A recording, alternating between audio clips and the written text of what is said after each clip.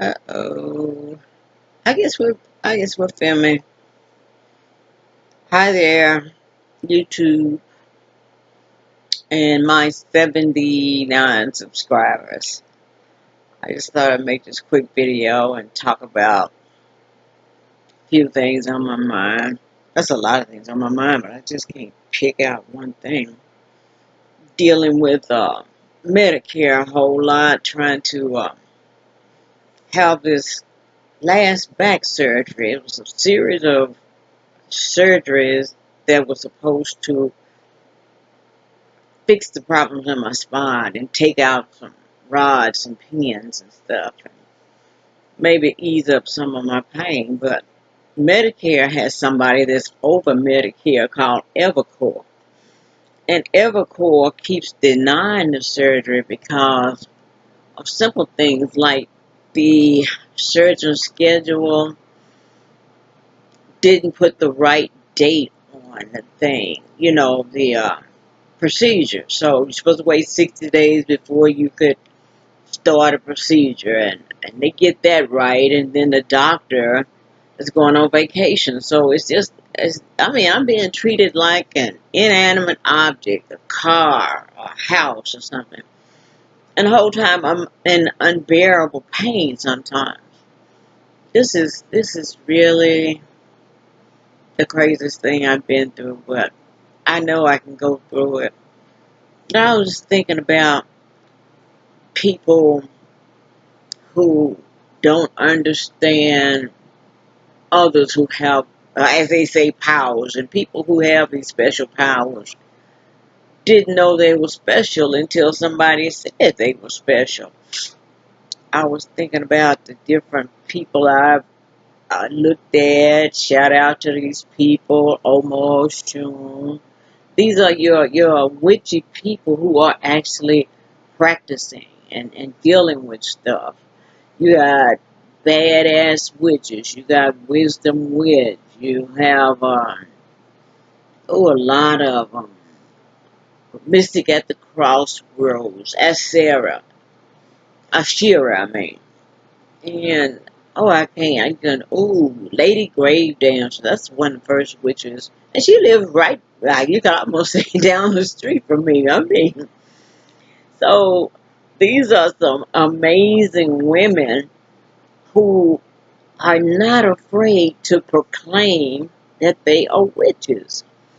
And it's not that they are going to put some kind of powerful spell on you and make you turn into a frog or a goat or something, but they proclaim the power to protect themselves as much as they can. And I've been called strange and blah, blah, blah. I've even been called a witch. My niece seems to think that that's what I am, so.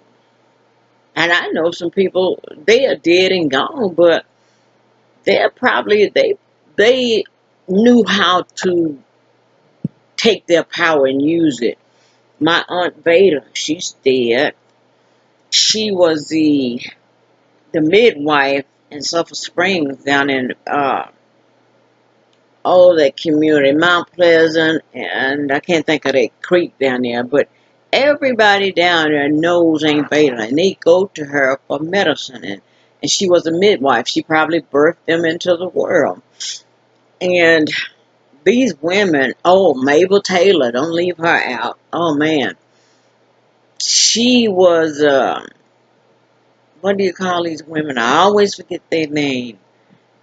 They are, Eastern Star, that's what she was. And she was real, and she went to the Church of God in Christ at the same time.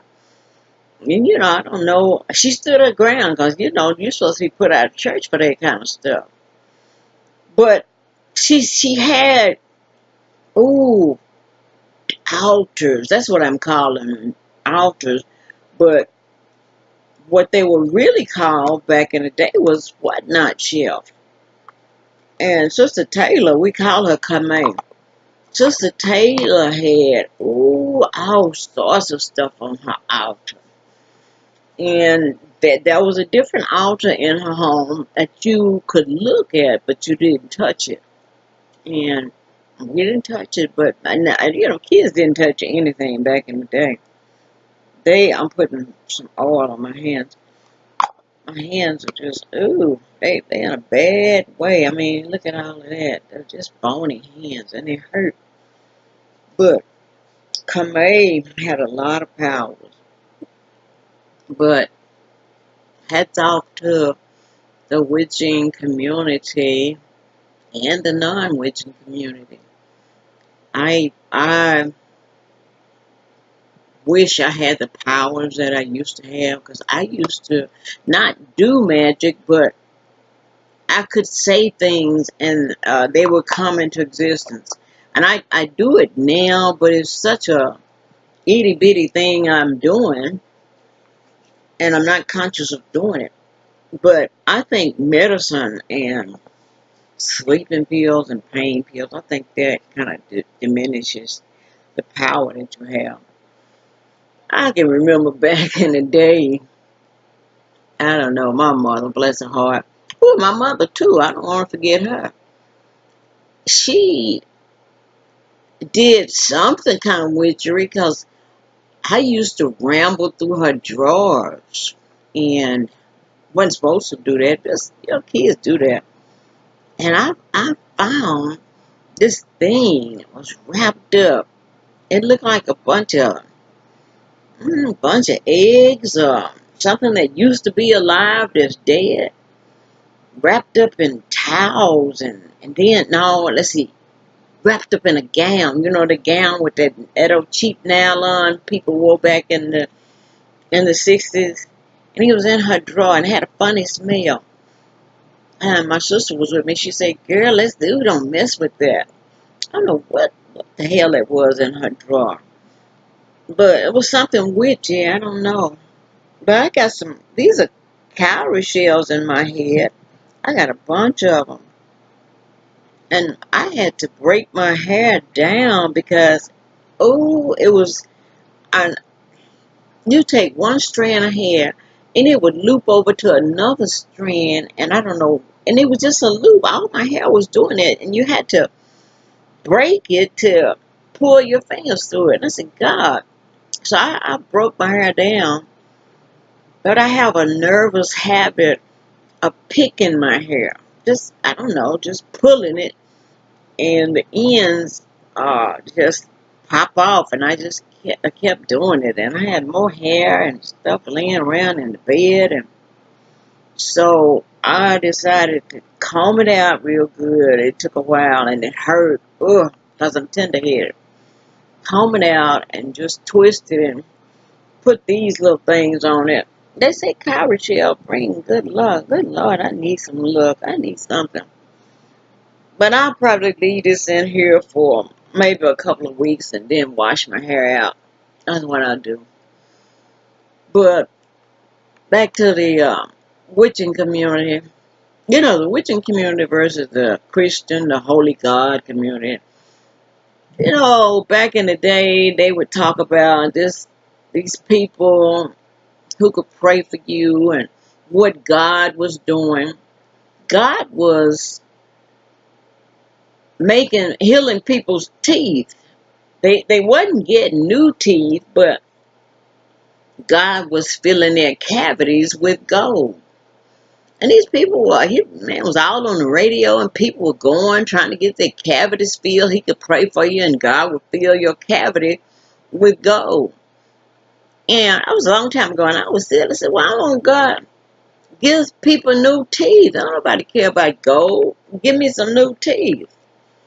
Because that don't never happen. I mean, if I didn't have to wear these dentures, shit, give me some new teeth. If God could do all that, but yeah, I think this man he had to be paying these people to tell that lie. Why would God go through the trouble of putting gold in their mouth and no, just fix the tooth. You don't need no gold. It probably ain't even real gold.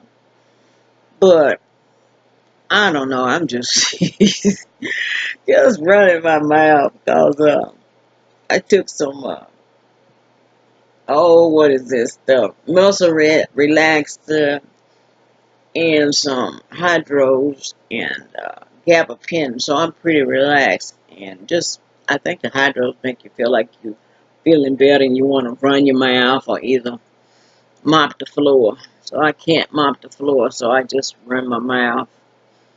I still, how did it get way over there? This is my fall button. I look at myself sometimes when I pass through the mirror. And I say, that's not me. That's not my body. The person on the inside, I don't even want to claim this body. I mean, I feel like, I know hell is my body. Shit.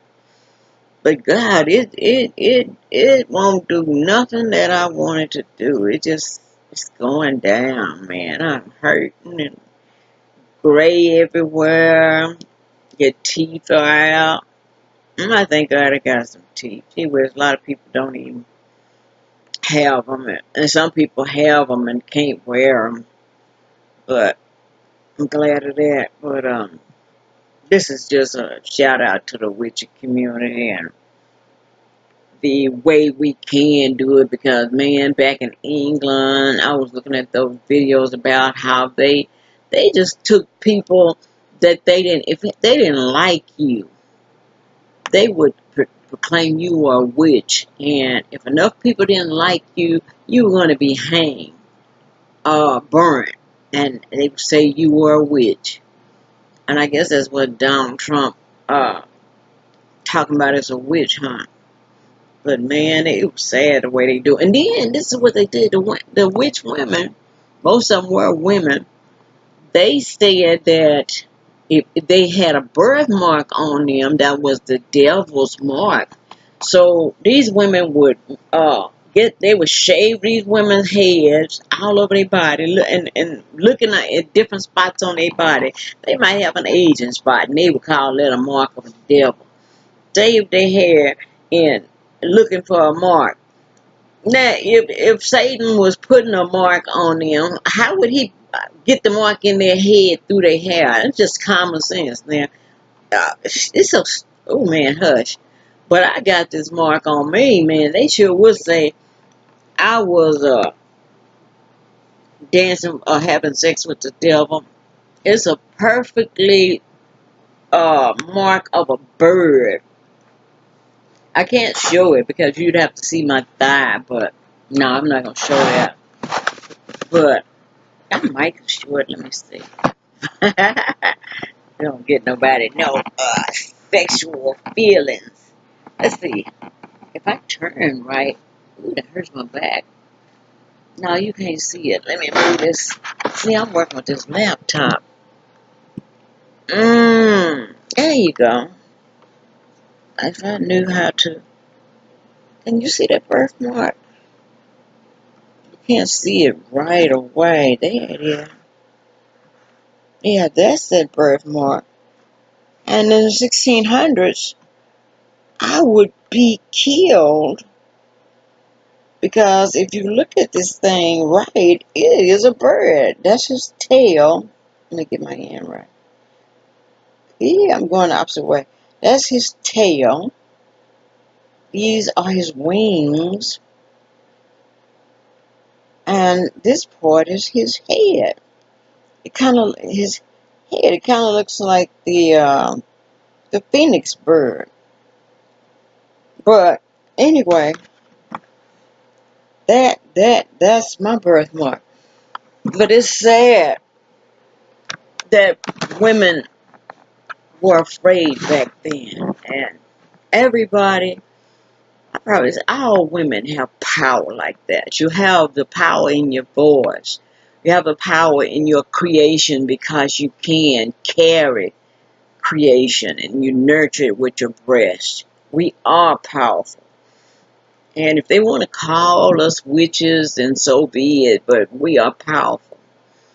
And I'm going to start manifesting like I used to do. I just have to think about what I want to manifest. And the thing I manifest has to be something that's possible. I can't go and say, oh, I want my back, I want my teeth, I want this. You can't do that. You have to do something that makes sense, you know. So I'm running out of time, but I'll be back because this interests me. But shouts out to my witchy community. I hope I didn't leave out anybody. But I do watch your videos and they do inspire me. Bye.